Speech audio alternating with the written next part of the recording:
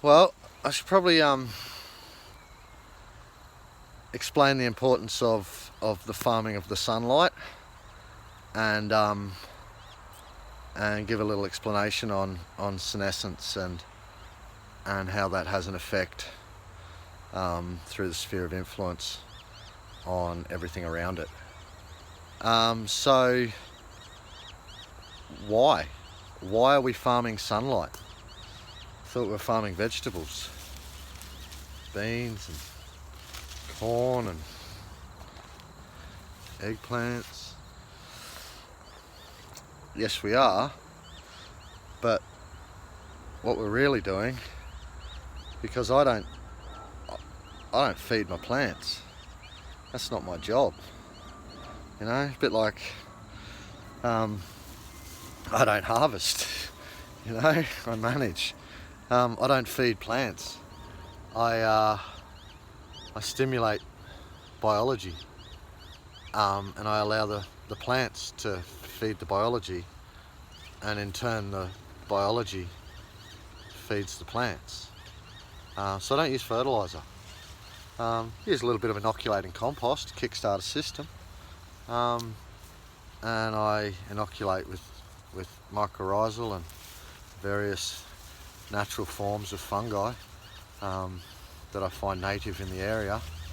But yeah, I don't feed plants.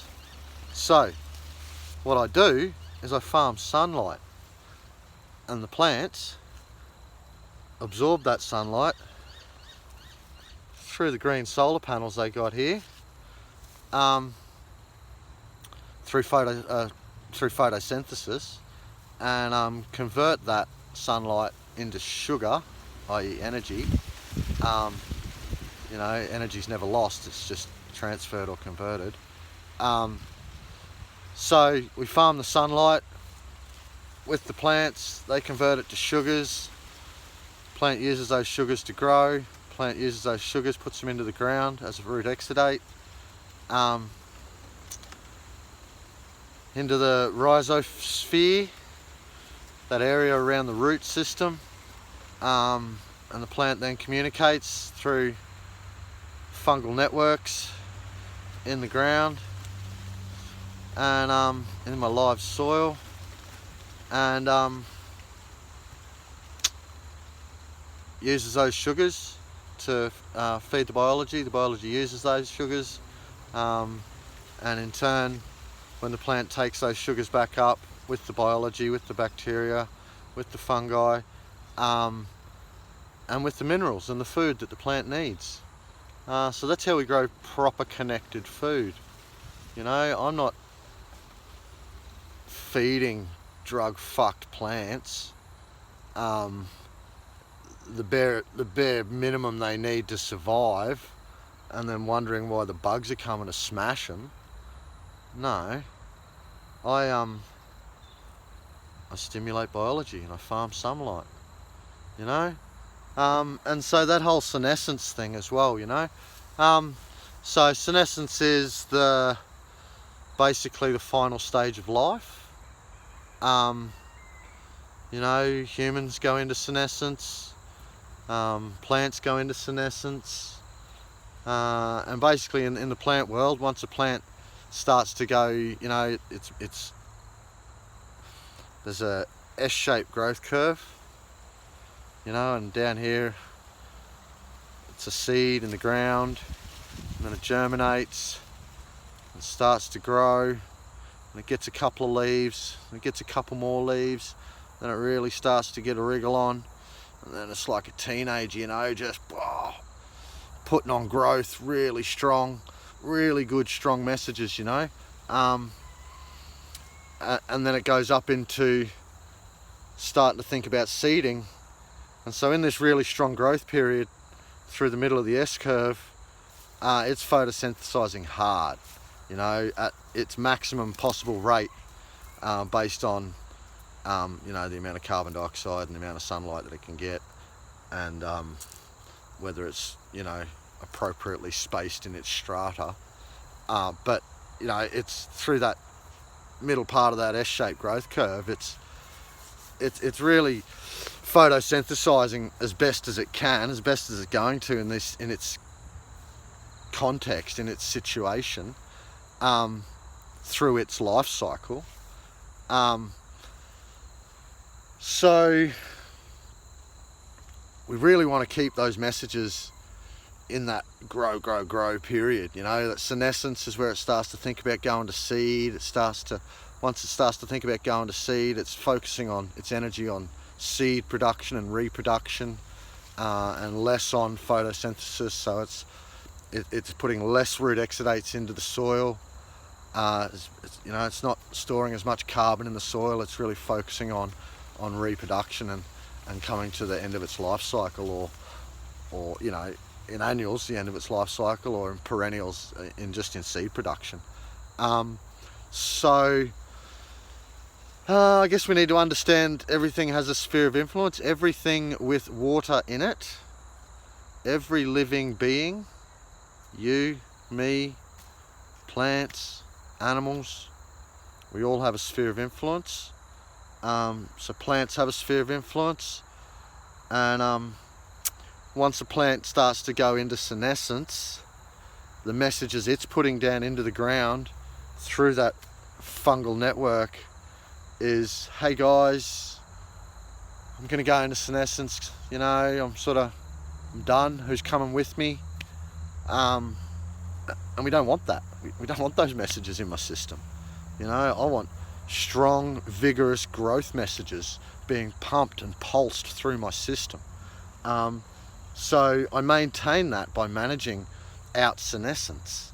If I see stuff going into flower, like eggplants and beans, they need to flower and they need to fruit, but then I get that fruit off quick so that the plant hasn't fully produced its seed, and then it'll try and produce more. It'll go back into growth, produce more fruit. Go. So that's the pulse. That's where I want to hold my system. And we do that through management. So key points there are everything has a sphere of influence. We're farming.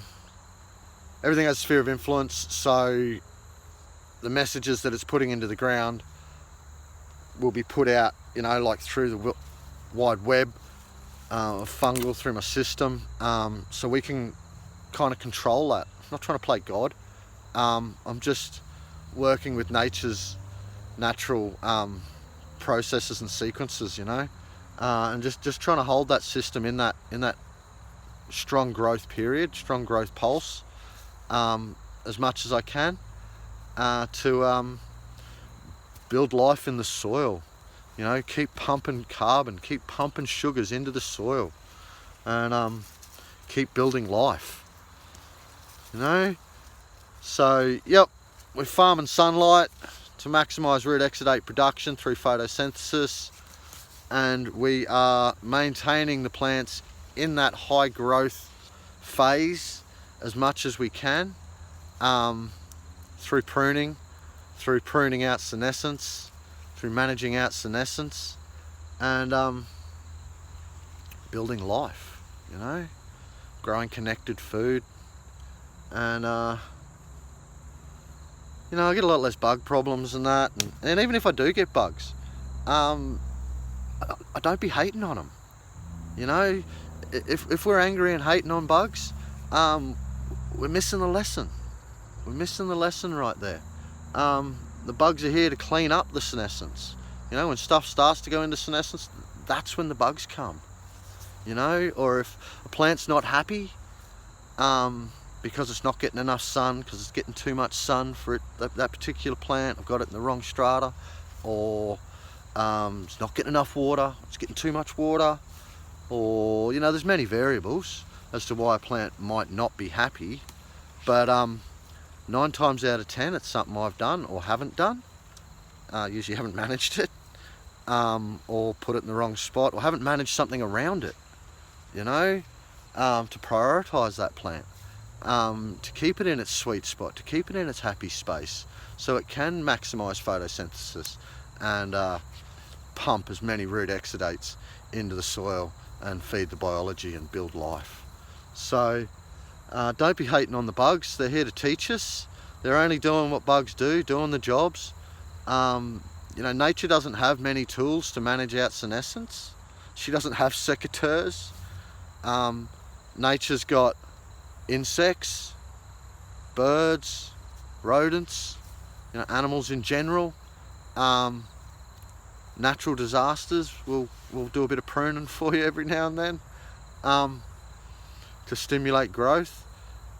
So, you know, our job is to be the animal influence. That's what I've learnt through the syntropic stuff and through the biodynamic stuff as well, you know.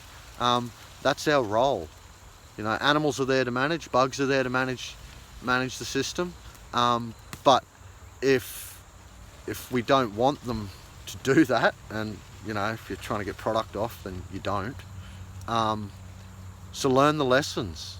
Learn the lessons from the creatures, and you know, in time, once you observe and learn those lessons, then you can work out how to be one step ahead of the critters, or see the first sign of the critter and know it's your time to manage. And in time, you get to kind of be ahead of it, or at least flow with it. You know, I don't know if I'll ever get ahead of it. Sometimes if you try and jump the gun and get ahead of it, you might miss a little bit of growth there.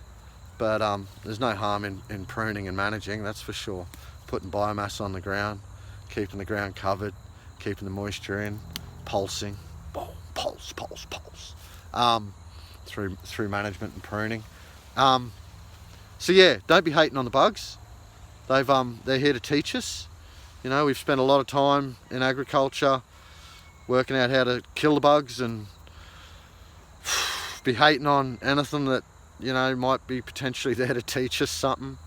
So we just got to change the way we see things, observe, slow down, and be the animal influence, and manage out senescence and farm sunlight. Happy days.